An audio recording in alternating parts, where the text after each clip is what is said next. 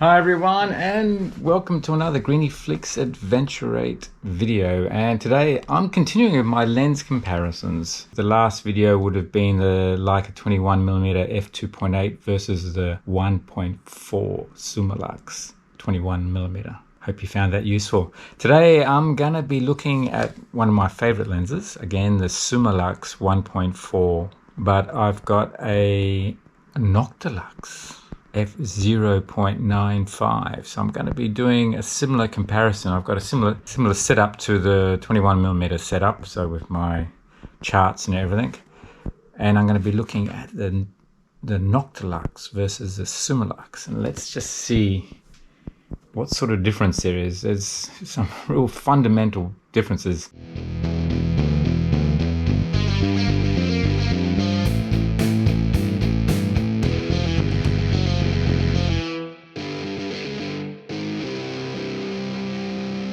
The Noctilux is huge compared to the Summilux. Let's go have a look.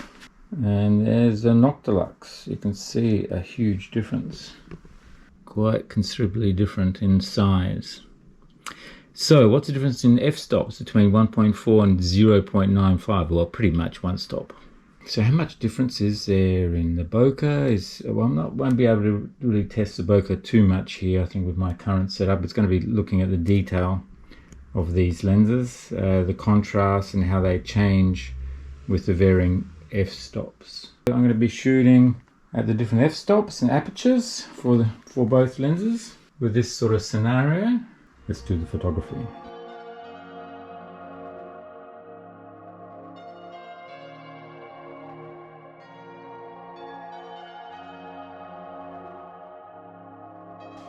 Alright, we're done.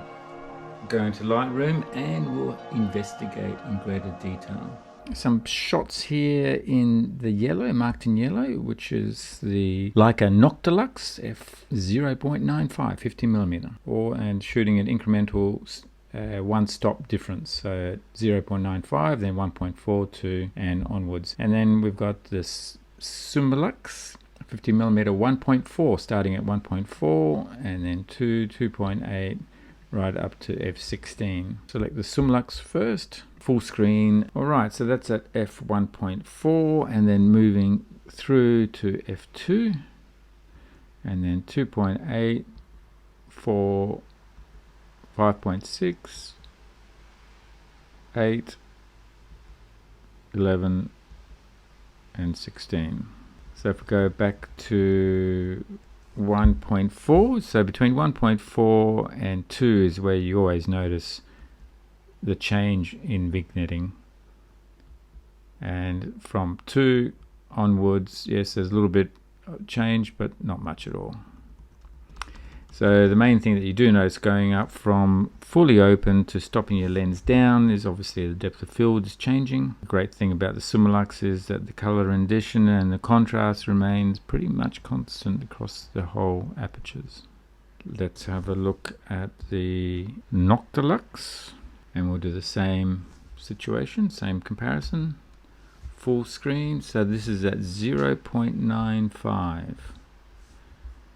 And you do notice that it does drop off towards the edges here, so quite a bit of detail there, but then as you get towards the edges it does start to lose some of the detail at 0.95.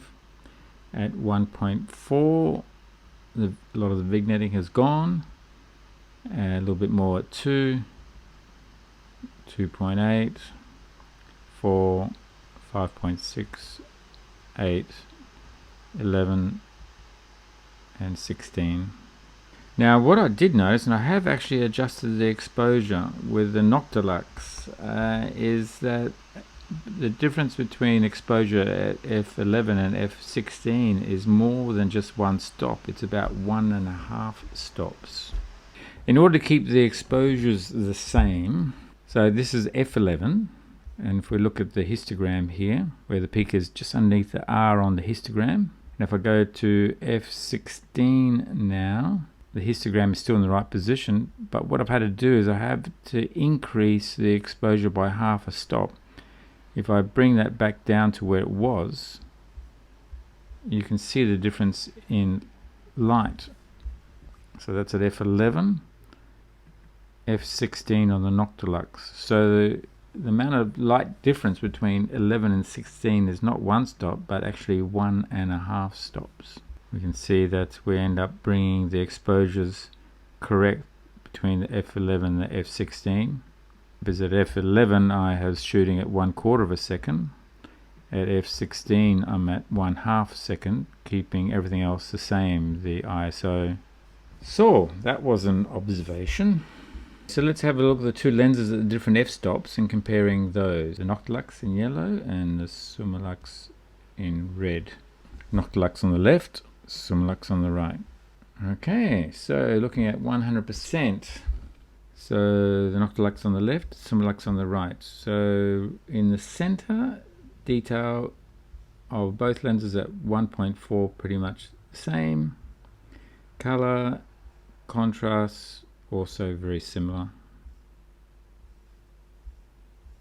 On the Summilux, possibly a bit more detail on the very edge compared to the Noctilux. Go to the other side. Yes, it's more obvious there. The Summilux at 1.4, detail right to the very edge. The Noctilux, you notice that it gets a bit softer.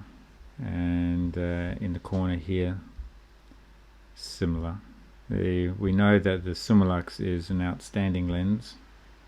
Good contrast, good detail everywhere in the whole range of apertures. Okay, so that's 1.4. Let's have a look at so f2 on both lenses. So again, the Noctilux on the left, Summilux on the right. Just in that print there, they both look pretty much the same. We go look at a bit more detail at 100%. Good detail in the middle, as you would expect. If we look towards the edges again, let's see what's happening. Again, the Summilux is a little more detail. Color and contrast is much the same. In the middle, detail is much the same. Go to the other side. Again, the Summilux seems to be a bit more detailed than the Noctilux. If we go to, so that's at f2, about 2.8 on both lenses. So 2.8 on the Noctilux, 2.8 on the Summilux. Again, the center is much the same. Looking at the edges, the Summilux, a lot of detail on the edge, not as strong on the Noctilux. And again, the Summilux is stronger to the edges than the Noctilux. So the Summilux really stacks up well, doesn't it? f4 on both lenses. Now we're looking at the edges. The detail starting to come up on the Noctilux. And obviously the Summilux is really good. Color, contrast, good on both lenses. Detail in the center is fine. Depth of field starting to increase. And there's less difference now at f4 between the two lenses on the edges. Okay, Summilux 5.6 on the right, Noctilux on the left. In the center is much the same. On the edges, probably much the same. Depth of field starting to increase.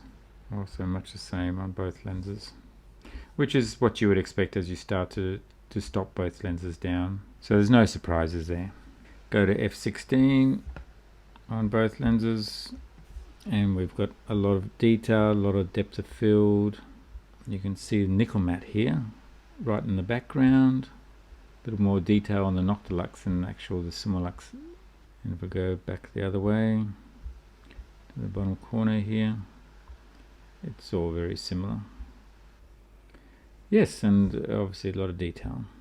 F-stop at Noctilux at 0.95 and at f1.4 as a comparison, and see what we notice. So again, if we're looking at the center, at 1.4, possibly we've got a bit more contrast than we do at 0.95.